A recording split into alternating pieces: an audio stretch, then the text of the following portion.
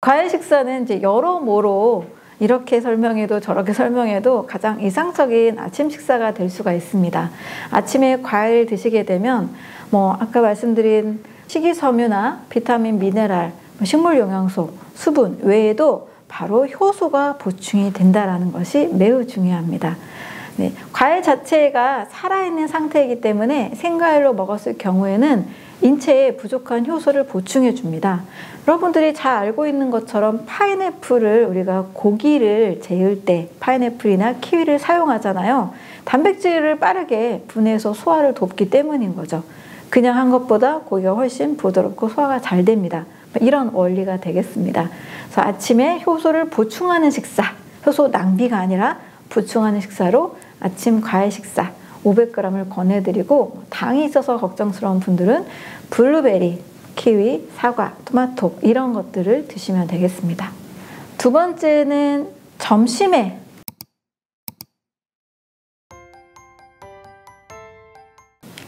소장님 책에 보면 똑똑한 효소 강화 식사법이라는 내용이 나오는데요. 이 부분에 대해서 설명 좀 부탁드립니다. 네, 일단 효소가 풍부한 음식을 먹자. 이게 핵심인데요.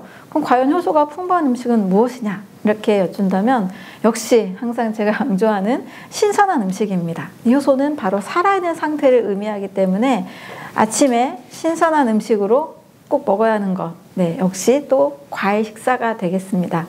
네, 과일 식사는 이제 여러모로 이렇게 설명해도 저렇게 설명해도 가장 이상적인 아침 식사가 될 수가 있습니다.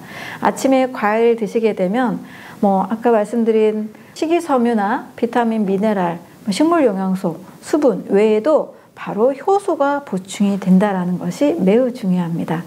네, 과일 자체가 살아있는 상태이기 때문에 생과일로 먹었을 경우에는 인체에 부족한 효소를 보충해 줍니다. 여러분들이 잘 알고 있는 것처럼 파인애플을 우리가 고기를 재울 때 파인애플이나 키위를 사용하잖아요. 단백질을 빠르게 분해해서 소화를 돕기 때문인 거죠. 그냥 한 것보다 고기가 훨씬 부드럽고 소화가 잘 됩니다. 이런 원리가 되겠습니다. 그래서 아침에 효소를 보충하는 식사, 효소 낭비가 아니라 보충하는 식사로 아침 과일 식사 500g을 권해드리고, 당이 있어서 걱정스러운 분들은 블루베리, 키위, 사과, 토마토 이런 것들을 드시면 되겠습니다. 두 번째는 점심에 저도 한국인이라서 한식을 매우 좋아합니다. 네, 한식을 저도 너무 사랑하기 때문에 하루에 한 끼는 무조건 저는 한식을 먹습니다. 근데 점심에 한식을 먹을 때 제가 그래도 좀 좋아하고 추구하는 식사는 신선한 채소, 쌈채소, 그리고 다시마나 곰피, 미역이 있는 해조류가 곁들여진 식사예요. 이렇게 같이 어떤 쌈으로 구성을 해서 먹으면 굉장히 포만감도 있으면서 혈당도 오르지 않고 또 각각이 가지고 있는 충분한 이 효소를 섭취할 수 있기 때문에 식사 후에도 특별한 식곤증이 없습니다. 그런데 국밥 같은 거 있잖아요.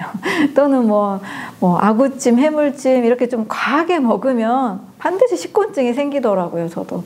근데 신선한 채소, 특히 해조류에 들어있는 알긴산, 식이섬유와 함께 효소도 많고 또 버섯류도 같이 곁들일 경우에는 우리 몸에 꼭 필요한 영양과 효소가 같이 들어오기 때문에 효소 보충 식사가 될 수 있습니다.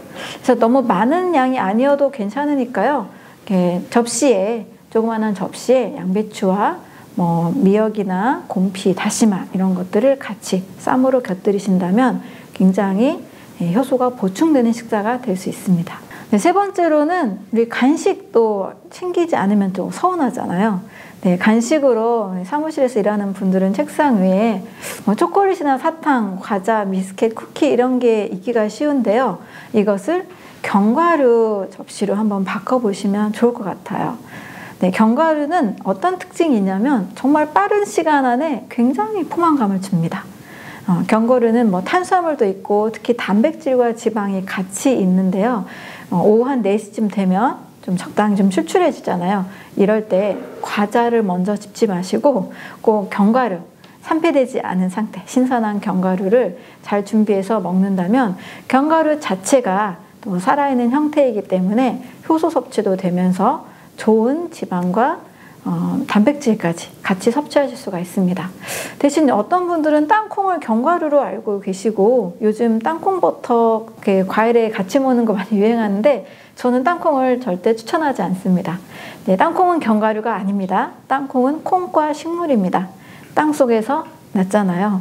그래서 견과류처럼 약간 지방이 많이 있기 때문에 우리에게 견과류로 오해하기 쉽고 같이 먹기가 쉬운데요. 땅콩은 자연의학으로 이렇게 치료를 하는 분들은 거의 대부분 추천하지 않습니다. 왜냐하면 어떤 것보다도 곰팡이, 아플라톡신, 오염이 굉장히 쉬운 식품이에요. 그래서 굳이 위험성을 안고 먹는 것보다는 저는 아몬드, 호두잣, 캐슈넛 이런 것들 안전한 견과류니까 이런 것들을 먼저 드시는 것을 추천을 드립니다.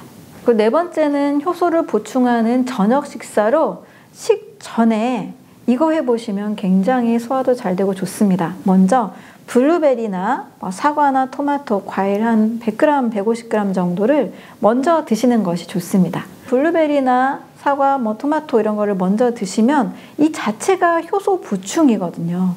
만약에 저녁에 조금 과하게 드실 위험이 있다. 그런 분들은 꼭 과일 일부분이나 또는 채소도 괜찮습니다.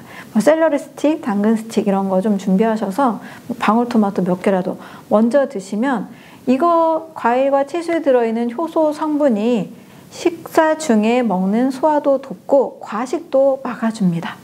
그리고 과식은 하는 것은 좋지 않지만 이걸로 인해서 어느 정도 예방을 하시고 일반 식사하실 때는 과일, 채소 일부분 좀 드시고 그다음에 저녁에는 들기름이나 올리브 오일을 충분히 사용한 채소 볶음 요리를 드신다면 역시 소화 효소를 많이 사용하지 않을 수 있어서 괜찮습니다.